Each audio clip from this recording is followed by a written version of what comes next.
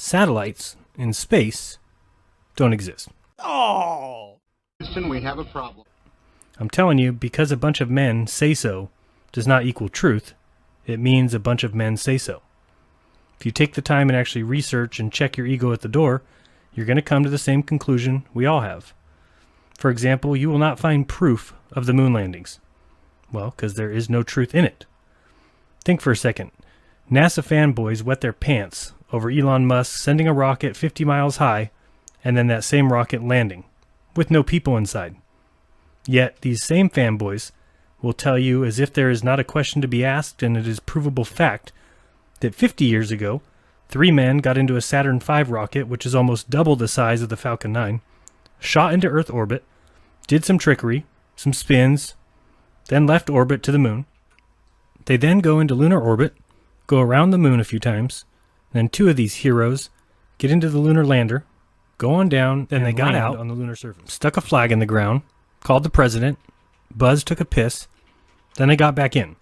It launched back to a rendezvous with the former mate, the Apollo craft, and then it all came back to Earth, went into orbit, and then landed in the sea with all 3 men inside, who just traveled 500,000 miles to the so-called rock in the sky. But Elon Musk is such a visionary. Oh, he's so smart, a trendsetter. Long story short, do not let people just tell you that they know the truth without any need to verify or prove it. People are liars and deceptive because we let them. You need to force NASA to prove their bullshit. No more free passes. The problem, of course, is that they won't prove it. They can't prove it. Let me explain this world of ours, because a lot of people just don't get it. The powers that be give us a choice, and that choice is to accept and believe their version of reality or to live in doubt. And while their stories may seem crazy to many of us, they give others feelings of security and purpose. Their stories are the new gospel of the new religion of statism or of scientism, basically the religion of normality. And you cannot be normal unless you believe in their gospel. And you can't just stop believing in the gospel of normality, or else you'll have to find answers to all the questions that they have already answered for us. This gospel was designed with this exact intent. What even they don't know or understand, they tell you exactly what many want to hear. They pretend as if they know. Look at shooting stars, for example. We've all seen them. They look identical to the stars in the sky, but they're flying across it. Yet we're told they're completely different. The stars in the sky are suns trillions of miles away, and the little thing flying through the sky that looks exactly like it happens to be a meteor mere hundreds of miles away. Now, you can go ask your friends about it, but they'll just laugh at you. You can tell your parents, but they might have you locked up because you're insane. You don't believe the things that the indoctrinated masses do. You aren't normal. You're crazy. You're dumb. You're out of your mind. They'll say things like, the U.S. government can't hide a blowjob, and you think that they can hide the faking of the moon landings? No, I'm not saying that. I'm saying they have hid the impossibility of space travel, the shape of the planet you live on, about pretty much everything you've ever read in science, and the age of the Earth. On top of that, pretty much your entire idea of history. So, all that being said, don't lose your mind, but satellites in space don't exist. Oh! Orbits don't exist. Oh! It's all pretend. Oh! Arthur C. Clarke wrote about satellites, and then before you know it, they went from science fiction to science fact. Of course, Arthur C. Clarke was a high Freemason. No surprise there. Now, I did not say that little lights can't go across the sky. They exist. I said orbiting metal expensive satellites don't exist. It's a scam on you and on me. A scam that makes them money, makes them seem overcapable, as if launching these expensive works of technological genius is easy. A single launch of a satellite can cost $500 million. To build a satellite that can just track and monitor hurricanes, $290 million, and that's without the actual launch. Add $100 million or more if you want a satellite that comes with a missile warning device. Now come on, let's just think, let's use our heads. How could they be so expensive? It's a scam. Take a look at this house. This house is in Nebraska. It is $900,000. Do you really think a satellite that is falling around the planet should cost as many as 500 of these houses? It is a sad, sad lie. So you pay $100 a month for your DirecTV. Go ahead and try and prove satellites exist. You won't, and you can't. So your choices are either A, trust men, because no one would ever deceive you, or B, trust your eyes and common sense. I choose to trust myself until I'm proven wrong. Not by some high school kid who says, of course satellites are real, man, you're a moron. But by actual evidence. Now, here's what they want you to believe, and even go as far as to call it fact.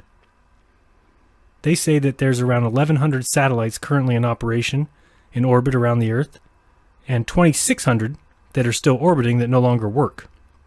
And they just stay in their perfect orbit, even though they should be sucked down into the Earth, and the ones that do start to fall, well, they move the others so that they can make room for the one that's falling.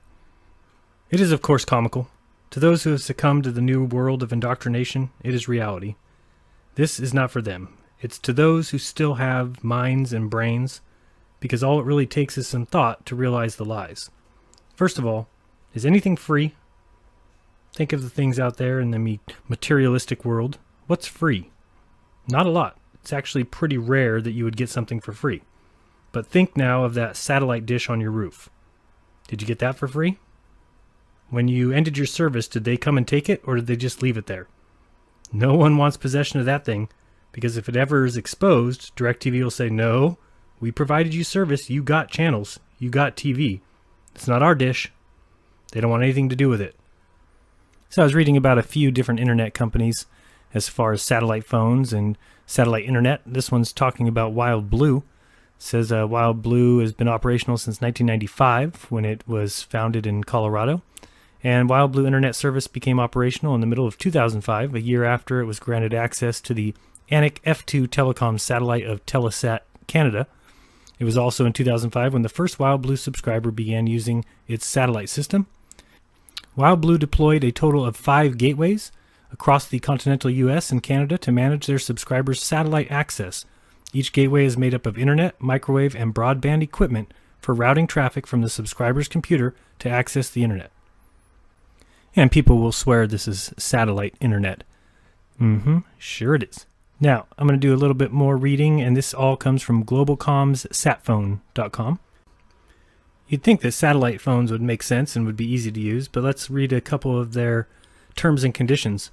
First one talking about data transmission use and dropped calls, and due to the technical nature of data setups and the inherent sophistication of data transmission through a variety of operating systems, Globalcom makes no representation as to the success of data calls through our system, along with the potential incorrect use.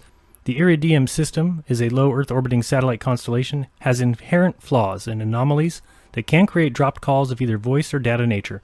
Globalcom can provide data setup technical support beyond the normal provided setup instructions at an additional charge. Now let's read about their limitation of liability, in case you find out that satellites don't exist. Among other things, it says the satellite services provided by the provider may be temporarily interrupted, delayed, or otherwise limited, and is not available everywhere in the world. Imagine that. Globalcom shall have no liability or credit due for interrupted service unless caused by our gross negligence. They shall not be liable for acts or omissions or from other carriers, equipment failures or modifications, acts of God, strikes, government actions, or causes beyond their reasonable control. Globalcom makes no warranties with respect to the service of any kind whatsoever, expressed or implied, except as specifically provided in this agreement. So then I was thinking, at least they get great internet service, right? So I looked that up, and it says, will I have access to the internet? Yes, of course you'll have access to the internet. And it says, what is the rate of the data speed? Very slow, 2500 baud, slower than dial-up. Go satellite phones. This is where I think every one of these guys needs to go. All these liars and scammers. You'll see here in the Dish Network agreement that you are required to return all such leased equipment in good operating condition within 30 days of disconnection of your service. You are not required, however, to return the dish antenna, which shall become your property upon complete service cancellation. I wonder why they don't want their satellite dish back. Now let's read about the Communications Satellite Act of 1962. It was a very controversial Act and was left very open-ended. The act was signed August 31st, 1962 by Kennedy. Let's read what the disagreement with the passing of the act was. Democratic Senator Russell B. Long of Louisiana said of the act, "When this bill first started out, I thought it was as crooked as a dog's hind leg. I am now convinced that would be a compliment. This bill is as crooked as a barrel of snakes." The American Telephone and Telegraph Company argued that using space for communications was just a modern representation of the submarine communications cables currently in use. AT&T proposed joint ownership of all the communication satellites with control based on these system facilities. Now, basically what this is saying is all these groups got together and said, let's all cheat people. Let's all screw people. You don't just get to screw them. We're all going to screw them.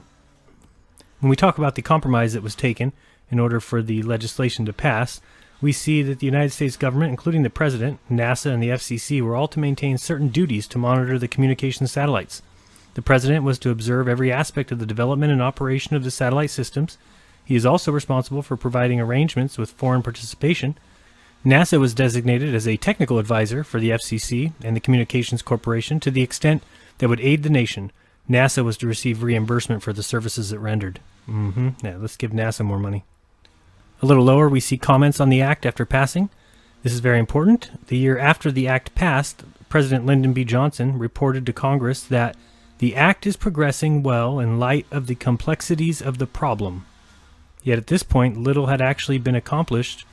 There had been no communication satellites launched, and only some research had been conducted to provide a path for moving forward.